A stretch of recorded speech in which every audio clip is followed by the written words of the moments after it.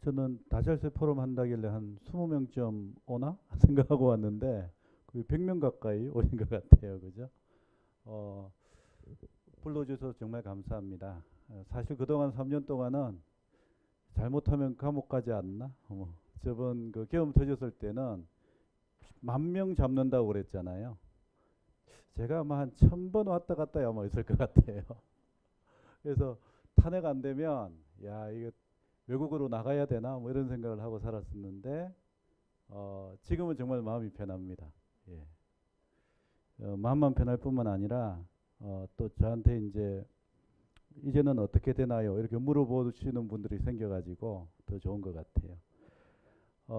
오늘 저는 충남의 사회연대 경제 활성을 위한 제안이라고 했는데요. 사실상 충남의 아주 구체적인 정책을 말씀드리기보다는 우리가 지난 10년 동안 사회적 경제와 관련된 제도 정책 활동들에 대해서 한번 복귀해보고 그래서 다시 앞으로 10년 동안 우리는 뭘 해야 되나에 대해서 좀 큰 얘기를 하려고 합니다. 그리고 이제 이 얘기를 하다 보면 결국 충남도 이 평균적인 전국적인 상황하고 어떤 건 비슷하고 어떤 건 비슷하지 않고 이런 생각들을 하시면서 아마 토론하시는 분들이 좀 더 많이 구체적인 말씀을 해주실 것 같습니다. 그 전에 이제 이, 그 얘기 바로 들어가기 전에 이재명 정부는 어떻게 되나요? 이 얘기가 많이 얘기가 나왔습니다. 얼마 전에 그 저번 주에는 이제 대구에서도 그 얘기를 물어봐서 가서 좀 말씀드리고 오고 광주 갔다 오고 뭐 이랬는데 역시도 궁금할 것 같아서 주 내용은 아니지만 짧게 좀 말씀을 드리겠습니다. 이재명 정부는 얼마 전에 국정기획위원회 출발했고요. 8월 한 20일까지 국정과제 제안을 합니다. 그게 국정과제가 아니고 이 국정기획위원회가 만든 보고서는 대통령에게 보고돼서 제안되는 거고요. 그걸 받아서 다시 대통령실이 각 비서관별로 그리고 각 부처별로 쪼개가지고 다시 이제 이렇게 받을 건 받고 고칠 건 고치고 해가지고 한 달쯤 작업해서 보통 9월 말 정도쯤 돼야 아마 이재명 정부의 국정과제가 확정돼서 발표가 될 거예요. 그래서 그럼에도 불구하고 이제 국정기획위원회에서 올린 자료에서 많이 안 고치니까 국정기획위원회에 혹시 아시는 분들 계시면 충남의 사회적 경제 혹은 아니면은 충남의 사항들이 가급적 많이 반영될 수 있도록 노력하실 필요가 있을 것 같습니다.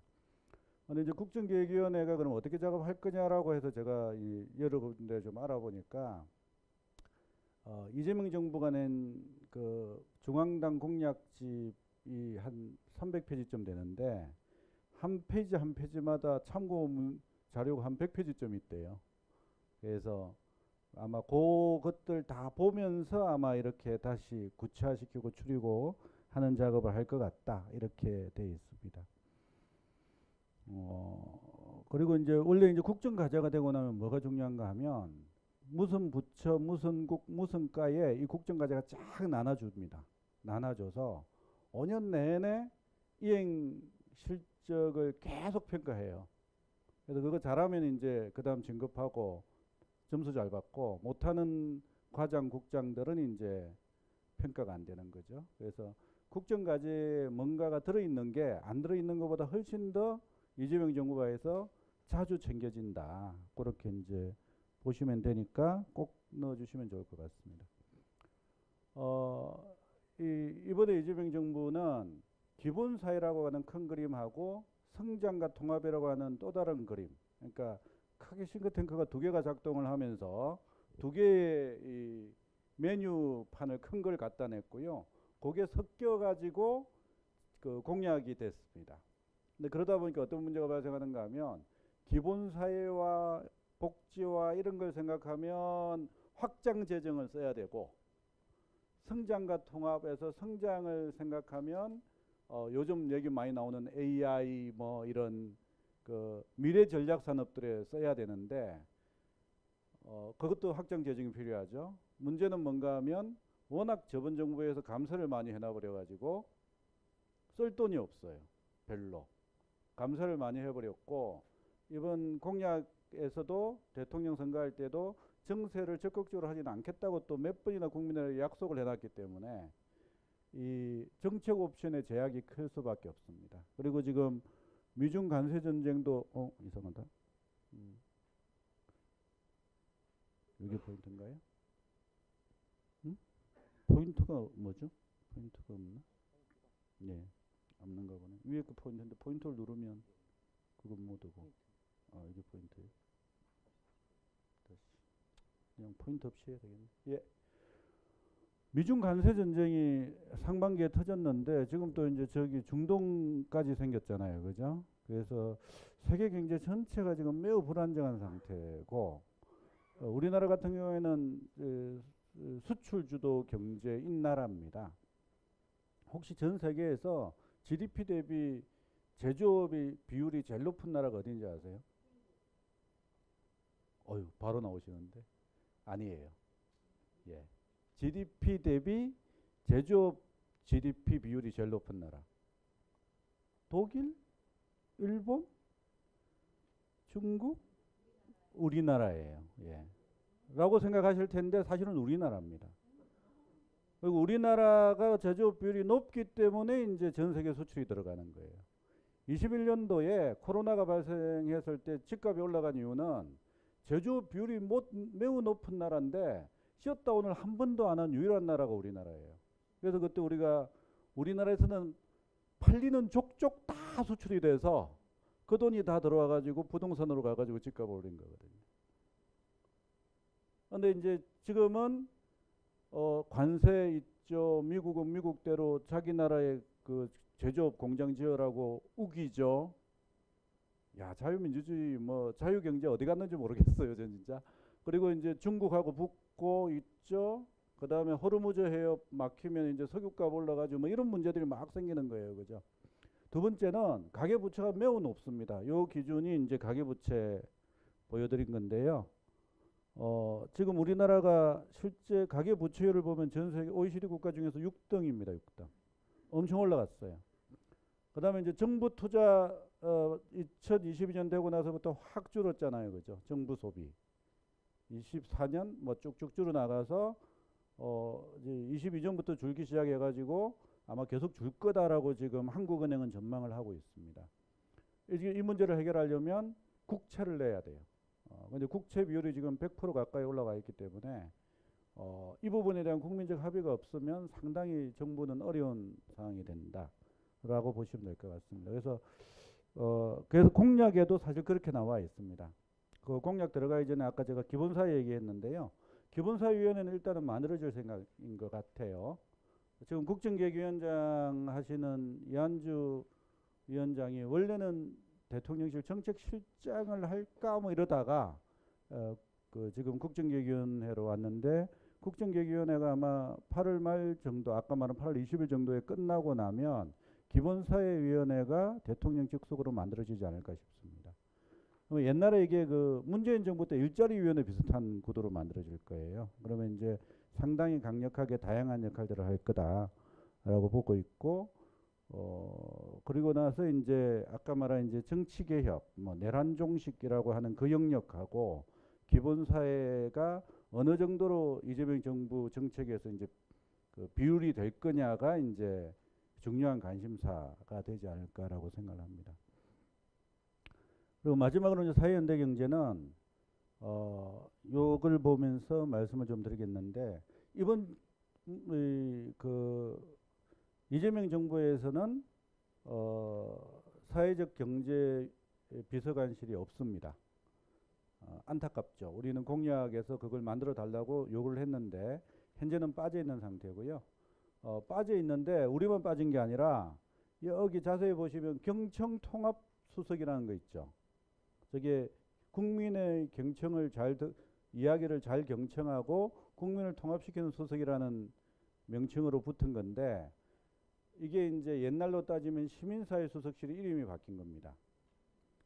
여러분들 어떤 철학자가 그런 얘기 했는데요. 언어는 사고의 집이면서 동시에 감옥이다 이런 표현을 썼거든요. 그러니까 시민사회 수석실을 경청통합수석실로 바꿨다는 데는 어떤 의미가 있을까? 제가 볼 때는 두 가지인 것 같습니다. 첫 번째는 현 이재명 대통령은 기존의 민주개혁 세력 정부였던 DJ 노무현 문재인과 다르게 386 민주화 운동이나 시민사회단체에게 심리적 빚이 없다라는 거예요. 두 번째는 그래서 시민사회조차도 실용주의적 정부라고 표현한 것처럼 어떤 전체 국민을 위한 성과를 내느냐를 가지고 보겠다라고 하는 말이 저는 저 경청통합수석에 담겨져 있다고 생각합니다.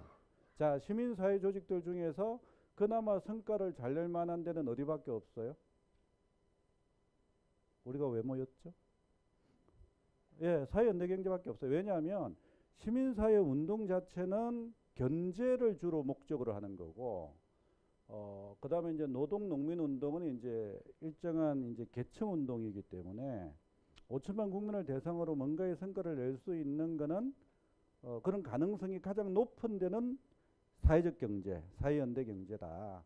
그래서 지금 이제 공약이 요렇게 세 개가 나와 있습니다. 사회적 경제 공약으로 사회적 경제 기본법을 제정하겠다. 사회적 경제 활성화로 재정 부담을 완화하는 데 쓰겠다. 마을기업을 만들겠다인데요. 맨 밑에 마을기업은 뭔가 하면 혹시 그 구양리 들어보셨어요? 네, 그런 것처럼 생각하는 겁니다. 그러니까 구양리라고 하는 저기 여주에 이 부천에서 노동운동 하시다가 퇴직하시고 이제 그쪽으로 공동체를 만들어 가신 분들이 가보니까 야, 우리만 대충 사는 게 아니라 이 마을 전체하고 같이 공동체로 잘 살자 해서 여러 가지 일을 하다가 태양광 발전소를 하나 짓고 거기서 나오는 수익들이 다 이제 그 마을 주민들의 복지에 쓰는 걸 보고 이재명 대통령이 감동을 받았다. 뭐 이런 표현을 쓰십니다. 그래서 아마 그거를 이제 확산시키려고 하다 보니까 이제 마을 기업을 만들어야 되는 거. 그게 이제 마지막인 거예요. 맨 끝에 그거고요.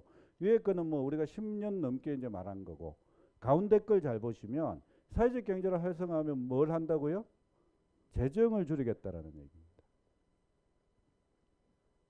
아니 우리는 사회적 경제에 지원하는 예산을 늘려달라고 말하는 반에 사회적 경제를 활성화해서 재정 압박을 줄이겠다라고 얘기하는데 이제 이게 사실 우리에 대한 기대 중에 하나예요. 어쨌든 그런 부분들을 저는 이제 좀 더 고민을 해봐야 될 것 같다 생각하고 특히 이 사회적 경제는 이번 국정기획위원회에는 사회 1분과로 가 있습니다만 공약에는 공정과 상생의 또 이러네. 예, 열기만 해주면 될 것 같습니다. 그러니까 진짜 성장론 안에 들어가 있어요. 진짜 성장론 안에 공정과 상생의 시장질서 구축이라는 항목에 들어가 있습니다. 이게 무슨 말인가 하면 사회적 경제는 경제다라고 보는 거예요. 그리고 이 사회적 경제의 활성화를 위해서는 시장 질서 자체를 공정하게 만들어 주겠다. 라는 거에 들어가 있습니다. 그래서 사실 우리가 이제 보면은 뭐 예산을 더 지원 예산을 늘려 달라는 것도 계속 요구를 해야 되겠지만 어떻게 보면 더 중요한 제도적인 문제들을 이번에 잘 파악해서 얘기를 잘 하는 게 매우 필요하겠다라는 생각이 듭니다. 길게 얘기할 수는 없어서 그냥 여기까지 하고 넘어가고요. 사회연대 경제의 위치에 대해서 저는 이렇게 좀 고민해 보면 좋을 것 같습니다. 요거는 이제 2022년도 초에 사회적 경제, 사회연대 경제가 뭐냐라고 그때 이제 사회적 경제 연대회의에서 만든 정체성 보고서에 나와 있는 정의입니다. 시민들의 자발적 결사가 우선이다. 두 번째가 이제 구성원에 의해서 민주주의로 작동하고 국가 및 시장으로부터 자율성을 가진다. 연대의 실천을 하고 다양한 문제를 해결해 나간다. 자, 이 중에 우리 몇 개 하고 있을까요? 사회적 경제 쪽에서. 거기 자료집 보시면 뒤에 이제 제가 한글로 쭉 적어 놓은 거 있는데요. 거기 보면 이제 제가 이제 항상 하는 얘기가 어떤 얘기가 있는가 하면 그래도 좀 적어 놨고 한데 이게 우리가 이전에 제가 이제 뭐 자리가 자리니까 좀 민감한 얘기도 괜찮을 것 같아서 말씀을 좀 드려야 될 것 같은데 박원순 시장 2011년도에 보궐선거 할 때는 사회적 경제 1, 마을 공동체 1 해가지고 이렇게 보궐선거에 대한 정책을 줬고 이제 정책이 비슷하게 받아들여졌어요. 근데 이제 2년 뒤에 이제 보궐선거를 이제 두 번째 이제 본격적인 선거를 하는데 사회적 경제는 9시부터 6시까지 무조건 일해야 되잖아요. 직원들도. 근데 마을 공동체는 또 그렇지 않아서 선거 이그 뭐죠 이제 유세 흐름을 마을 공동체는 짜주는데 우리는 못 짜줬어요. 그러니까 그 다음이 어떻게 되는가 하면 마을 공동체 쪽 사람들이 훨씬 더 힘을 많이 쓰더라고요.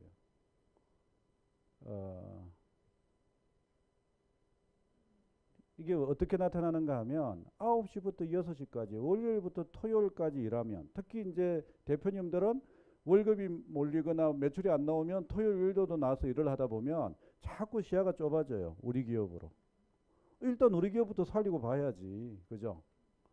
그러니까 제일 처음 시작할 때는 원대한 포부, 아까 말한 다 함께 잘 사는 세상, 뭐 더 나은 사회를 꿈꾸면서 이걸 하고 사회 문제 해결하려고 들어왔는데 막상 한 3년 하고 나니까 월급 채워주기 위해서 25일 전, 2주 전부터 이게 현금 흐름이 맞나 틀리나 따지기 시작하고 뭐 이제 저도 그랬거든요, 사실. 예. 그러는 거죠. 그러면서 저는 사실은 이제 이 정체성들을 우리가 진짜 하루에 한 번씩은 벽에 붙여놓고 읽어봐야 되는데 까먹고 살 때가 많아졌어요, 그죠? 충남의 경우에는 여러분들께서는 야 충남이 정말 어렵다, 사회적 경제가 어렵다고 말씀하실 텐데 일단 그 한국협동조합연구소에서 이제 전국 데이터를 가지고 비교를 해보면 그나마 충남이 낫다예요. 이렇게 말씀하시면 좀 그런데 데이터가 나와 있습니다. 데이터로 보면 충남은 일단 예산만 보면 2024년까지는 200억 정도로 안 떨어지고 연평균 한 26% 정도 증가했다. 이게 뭔가 하면 아까 양승조 그 전 이사장님 말씀하셨다시피 사회적 경제 혁신센터가 갖고 와서 이제 올해 그 개소식했잖아요, 그죠? 예, 그러니까 그때까지 이제 쭉 예산이 이제 유지가 됐던 거죠. 아마 올해 예산까지도 일부 유지가 됐을 것 같아요. 이제 이런 게 좀 장점인데 물론 이제 그거 빼고 나서 얼마가 되는지를 또 봐야 되죠, 그죠? 어쨌든 그래도 그렇게 나타났고 두 번째는 제도 정비 수준도 담당 부서가 있냐, 뭐 과가 예산이 얼마냐, 전체 행정 예산에서 도청 예산에서 사회적 경제 예산이 몇 프로냐, 뭐 퍼센트로 보면은 0.2%입니다. 그래도 3등이에요. 그러니까 제가 볼 때는 엄청 적을 뿐만 아니라 또 계산법도 좀 다시 우리는 따져볼 필요가 있는데 어쨌든 지금까지 계산한 걸 보면 그렇고 그 다음에 이제 통합지원센 기관이 있냐, 창업 소식캠프스원이 있냐, 뭐 자치센터가 있냐 이런 걸 갖고 따져보면 62.1점 나와서 역시 3등입니다. 그러니까 제도적 정비는 다른 시도에 비해서 나쁘지 않다. 그죠? 그렇게 볼 수 있을 것 같고요. 다만 사회연대경제 기업들이 어떻게 되어 있는가를 보면 제도 정비 수준은 그래도 아주 높은 편에 들어가 있는데 기업의 활성화 수준은 한 20점대 뭐 한 30점 정도 수준이라서 다른 데보다 상당히 취약합니다. 이게 왜 그런지는 분석을 해봐야 되는데 일단 이건 데이터만 갖고 저희가 돌려서 평균 데이터로만 돌린 거고요. 아마 매출액 이런 것들 다 따져가지고 집어넣은 것 같아요. 원래 제도가 좋으면 충분히 준비 안 한 사회적 경제기업들이 막 진입을 하면서 이제 평균을 까먹는 게 또 발생하고 그래서 그런 것들 한번 다시 다 볼 필요는 있을 것 같습니다. 어쨌든 그런 관점에서 보면 제도 우호형적인 상태에 지금 충남은 있는 거고 그러면 이걸 어떻게 하면 이제 발전시킬 거냐 이제 이게 우리 앞으로 과제가 돼야 될 것 같아요. 그 과제 전에 제가 이제 10년 동안 사회적 경제를 고민하다 보면 사회적 경제 지원 위주로 어떻게 나타나는가 하면 두 가지로 나타났습니다. 하나가 기업 대표를 그 역량을 키워주는 것이냐 아니면은 취약계층을 고용하는 인건비를 지원하는 것. 이 두 가지가 이제 주로 우리 사회적 경제 정책 쪽이나 예산 쪽의 핵심이었는데 그걸 이제 우리가 곰곰이 생각을 해보니까 앞에 다 적어놨잖아요, 그죠? 정의를 보면 그 시민들의 자유발적인 결사체로 만들어졌는데, 그럼 그 앞에 기업을 만들어 대표가 되기 이전에 자발적인 시민들을 계속 육성하고 있는 거냐라고 하는 문제는 우리가 사회적 경제 정책에서 빠져 있었던 거예요.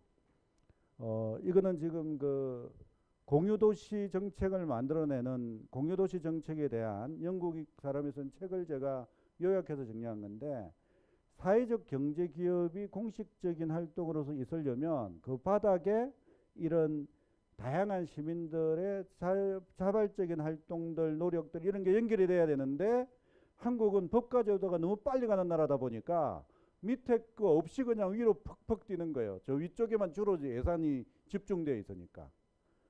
한국이 산업성장 국가다 보니까 상당히 많은 돈이 시민들의 다양한 활동에 주어지는 게 아니라 기업을 만들면 거기 돈을 주는 거예요. 그러다 보니까 사회적 경제도 자꾸 위에다가 돈을 주는 방식으로 이제 만들어지니까 자발적인 것보다는 그냥 기획 설계형 사회적 경제 기업들이 막 만들어져 버리는 구도들을 우리는 알면서도 방치해 오지 않았느냐. 나만 안 그러면 돼. 이렇게 생각하면서, 그죠?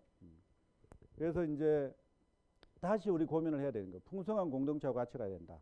마을 공동체하고 같이 가고, 주민자치 운동하고 같이 가고, 노동, 여기 충남 같으면은 농민의 활동들 같이 가고, 가면 갈수록 지금 계속 이제 그 수도권 때문에 공장들 계속 내려오고 있잖아요. 그죠? 노동운동하고 같이 가면서 그림을 그려야 되는 거예요. 왜 로컬푸드 매장이 꼭 그 농협 안에만 있어야 돼요? 그죠? 1000명 이상의 공장마다 그 노동조합들이 로컬푸드 소비자 협동조합을 만들 수 있게 하면 안 될까요? 그리고 거기다가 충남의 로컬푸드를 공급할 수 있는 체계를 우리가 충남 전체를 짜자. 저는 그런 식의 이제 고민들을 우리가 이제는 해야 될 때다라고 생각을 합니다. 사회연대경제하고 사회혁신 얘기하다 보면 자꾸 이제 우리는 사회혁신이냐, 사회적 경제냐, 시민사회운동이냐, 농민운동이냐, 노동이냐 이렇게 자꾸 쪼개내요. 이걸 쪼개내면 누가 좋은가 하면 제일 정치권 꼭대기에서 돈 갈라주는 사람이 좋고요. 끝에 가면 이제 행정부의 기재부가 제일 좋아요. 근데 우리는 우리끼리 쪼개내면 안 되고 우리끼리는 자꾸 묶어야 된다. 그래서 저는 그 사회혁신으로 보면 첫 번째 사회 문제를 인식하고 아이디어를 구체화시키고 제안하는 거는 제가 보기에는 시민사회와 마을 공동체와 이런 데가 좀 더 잘할 수 있다고 생각을 해요. 의제 20일 그런 거 있잖아요. 그죠? 뭐 지속가능 발전 협의회 이런 데가 그런 것들에 대한 아이디어를 많이 내줘야 되고, 심지어 모든 국민들, 충남도민들도 그런 걸 내야 됩니다. 제가 2주 전에 경기도청에서 하는 사회혁신 플랫폼을 만들 때 사회혁신 개념을 어떻게 잡을 건가를 발제해달라고 해서 그때 도청 사람들하고 같이 토론하는 워킹그룹에서 발제하고 왔는데, 이걸 위한 어떤 정책 플랫폼이 필요합니다. 문재인 정부에서는 이게 뭐였는가 하면 강화문 1번지라고 들어보셨죠. 그죠? 그거 비슷한 것들이고, 그건 온라인이고 오프라인 문제도 많이 만들어야 돼요. 문제는 이게 사회 문제다라고 던져봤자 해결 못하면 끝이잖아요. 그죠? 그걸 해결해 주는 데가 주로 사회적 경제, 사회연대 경제예요. 거기가 이제 여기 시제품 개발 4단계 시제품의 지속 가능성. 여기가 주로 저는 한국이 이제 선진국이 되니까 사회 문제가 복잡해져서 쉬운 해법이 잘 안 나옵니다. 그런데 1인 1표의 협동조합들이 이 문제를 처음에 엄청나게 이제 탐색하고 방법을 찾는 건 쉽지가 않더라고요. 그래서 제가 고민하는 거는 회사형 사회적 경제 기업들이 저 부분을 맡아줘야 된다. 특히 소셜벤처. 문제는 소셜벤처나 회사형 사회적 기업이 해결책을 만들어놔도 확산하려면 문제에 걸려요. 그래서 그걸 5단계로 누가 해줘야 되는가 하면 지역 단위 협동조합들이 그 문제를 익힌 사람들이 이제 지역별로 만들면 기존에 솔루션을 만든 친구들이 대기업에 팔고 엑시트하는 게 아니라 업종별 협동조합 연합회에 실질적인 선구자와 지도자가 되도록 우리가 만들어줘야 된다라고 생각합니다. 그러니까 그렇게 해서 5번 연결되고 이제 6번 넘어가는 건 이제 다시 정치하고 연결이 돼야 돼요. 그게 법이 되고 제도가 되게.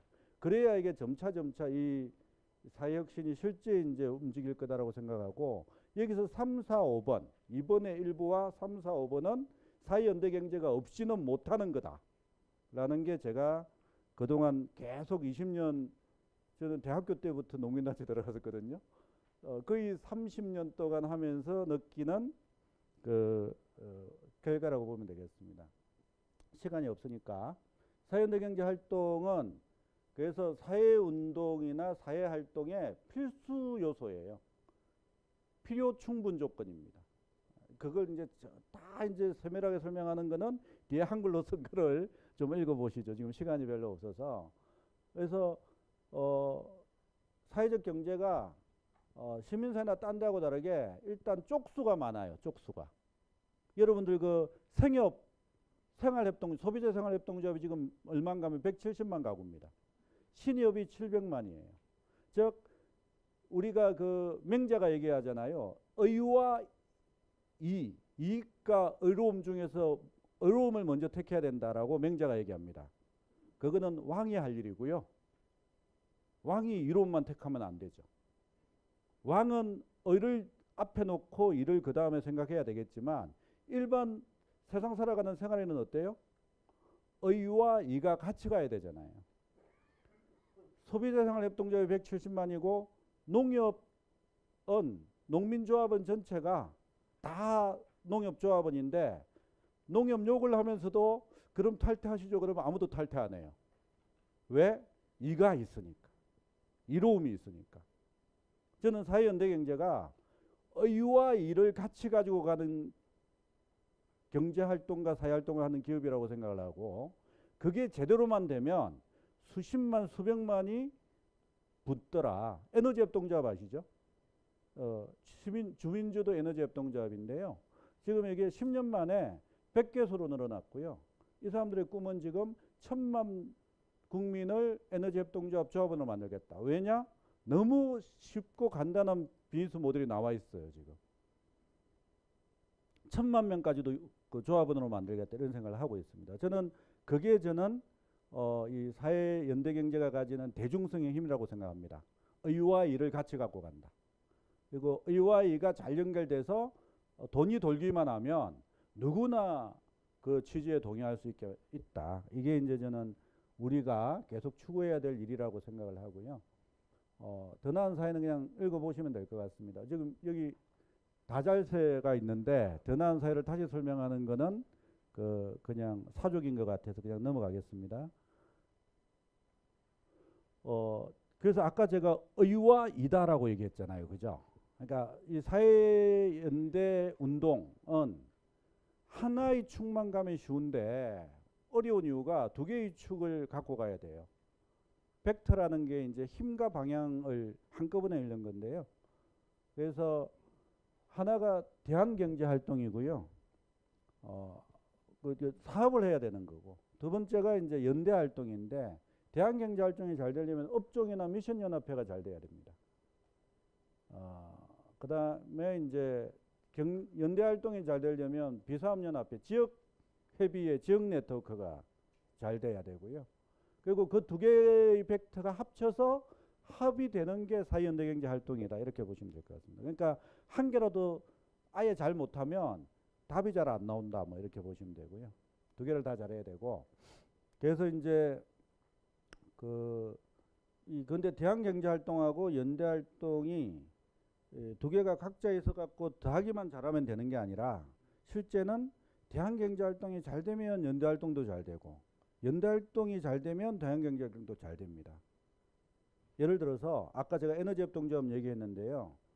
에너지협동조합에 관련된 지원 법률만 만들면 대한경제활동은 훨씬 잘 되게 돼요. 여러분 농협, 신협에서는 출자금 2천만 원까지는 배당세를 안 냅니다.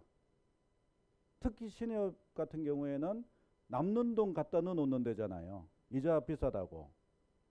물론 지역금융의 역할도 하지만 그러니까 새마을금고 같은 경우는 대부분 뭐 그게 한 90% 때문에 돈 넣어놓는 건데 거기에는 2천만 원까지 출자금에 대해서는 배당세를 매기지 않는데 이 에너지협동조합은 얄짤없이 다 떼요. 15%. 자, 그러면 그거 하나만 봐주면 100명 될 조합원이 150명 되는 거예요. 그죠? 그러니까 이런 게 저는 연대활동이 잘 되면 대한경제활동도 더 잘 된다는 얘기입니다. 그래서 두 개가 시너지를 잘 이루어 나갈 수 있도록 우리가 판을 짜야 된다. 이게 충남에서도 충남도청에서 앞으로 사회적 경제 정책을 만들어낼 때는 이 연대활동의 측면과 대한경제활동의 측면들이 잘 시너지 효과가 되도록 이제부터는 설계를 할 필요가 있다. 그전에 어떻게 했냐? 그냥 제일 힘든데 돈부터 주세요. 이거 이렇게 식으로 따졌거든요. 그러다 보니까 이제 돈을 쓴 효과가 많지 않았던 거죠. 그죠? 전 그런 걸 좀 따져야 되겠다 생각하고요. 앞으로 10년 동안 우리는 한국 사회 발전을 위한 중요하고 필수 불가결한 부분이 우리 사회 연대 경제다. 라고 하는 데 대한 전 국민적 동의를 얻어내야 된다고 생각해요. 이게 안 얻어지면 어떻게 됩니까? 어떤 분들은 사회적 경제를 사회라는 말이 들어가? 그러면 사회주의 경제 아니야? 젖빨갱이들이라고 하는 이상한 3단 논법이 말도 안 되는 3단 논법이 억지로 우겨서 말을 했었어요. 저희가 사회연대경제라고 이름 바꾼 이유가 뭔가 하면 이 10년 동안 사회적 경제가 빨갱이 뭐 사회주의 경제라고 하도 욕을 하니까 오염이 돼버린 거예요. 이런 그런 거 있잖아요. 이게 원래는 흰색인데 아무리 흰색이라 말해도 까만색 같은데 가면서 자꾸 이제 검정을 묻히다 보면 이게 까매져 버리잖아요. 그죠? 그래서 사회연대경제를 바꿨는데 왜 바꿨느냐 하면 윤석열 정부에서 유엔에서 사회연대경제 결의안을 만들었을 때 윤석열 정부의 외교부와 윤석열 정부의 대통령실이 반대 안 하고 찬성했어요. 저는 그거 하나만 가지고도 이름 바꿔둘 수 있다고 생각을 해요. 너희도 찬성하지 않았냐 이런 얘기 하면 되니까. 그죠? 그래서 그 무슨 말인가 하면 아직까지 우리는 국민적 합의를 못 얻고 있었다는 거예요. 지난 10년 동안은. 이제는 좀 얻어보자. 이름도 좀 바꾸고 활동하는 방법도 좀 바꾸고 해가지고 그게 저는 이제 우리의 목표이고 그러기 위해서 법 없이 주는 정책 예산은 금방 대통령 바뀌거나 지자체장 바뀌면 다시 도루묵이 되잖아요. 그래서 법을 만들자라는 거예요. 사회연대경제기본법. 저는 올해 안으로 만들거나 적어도 내년 4월까지 못 만들면 또 흔들릴 거라고 생각합니다. 빨리 만들 수 있는 일에 충남 모든 분들이 같이 힘을 모아주시면 좋을 것 같고요. 그 법뿐만 아니라 아까 말했지만 주민주도 에너지협동조합 운영 및 지원에 관한 법률 이런 거 만들어줄 필요가 있는 거예요. 그죠? 그래서 심청제도 즉 법적까지 내려가서 그리고 또 이제 어떤 거는 국민이 다 동의하고 있는 어떤 제도에 사회적 경제를 붙이는 거예요. 그런 것들을 우리가 다 만들어 가자는 거고 그러기 위해서는 국민들의 보편적 필요를 우리가 해결해 줘야 됩니다. 요즘 국민들의 보편적 필요 앞으로 10년 안에 나타날 건 뭔가 하면 제일 먼저 닥칠 거는 아리백, 기후위기, 탄소중립 이거 못하면 수출 못해요. 우리나라. 망합니다.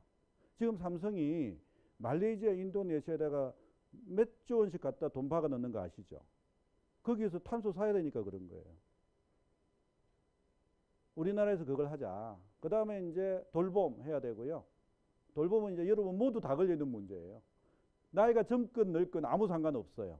젊으면 젊은 대로 다 걸려 있고 나이가 드셔서 올라가면 올라간 대로 다 걸려 있습니다. 그 다음에 로컬 푸드 이런 것도 매우 중요합니다. 특히 우리는 더 그렇죠. 그죠?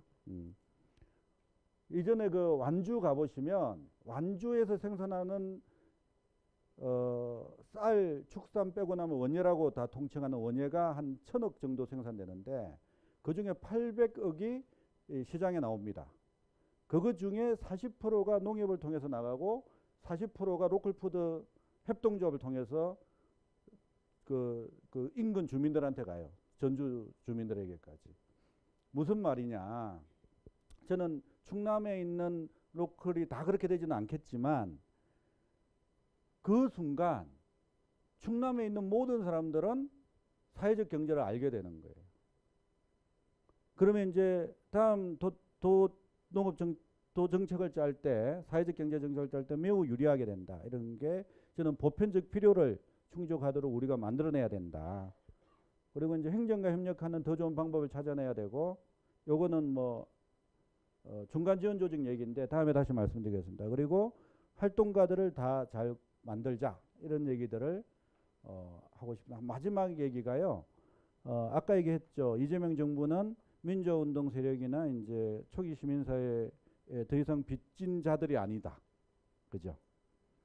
그러면 이제 우리도 그러면 이제 훨씬 더 액티브한 활력적인 40대와 30대의 사회적 경제 활동가들을 못 만들어내면 우리도 또 다른 강물에 휩쓸려 나갈 수 있다. 이걸 좀 생각을 하시면서 저는 요 네 가지가 앞으로 충남의 10년 아니면은 지금 내년에 여건 좋으면은 새로운 발전의 전기를 만들 수 있잖아요. 그죠? 그러면은 그걸 통해서 초기 2, 3년 안에 참 좋은 성과를 만들어내면 좋겠다라고 생각을 합니다. 제 말씀 여기서 마치겠습니다. 감사합니다.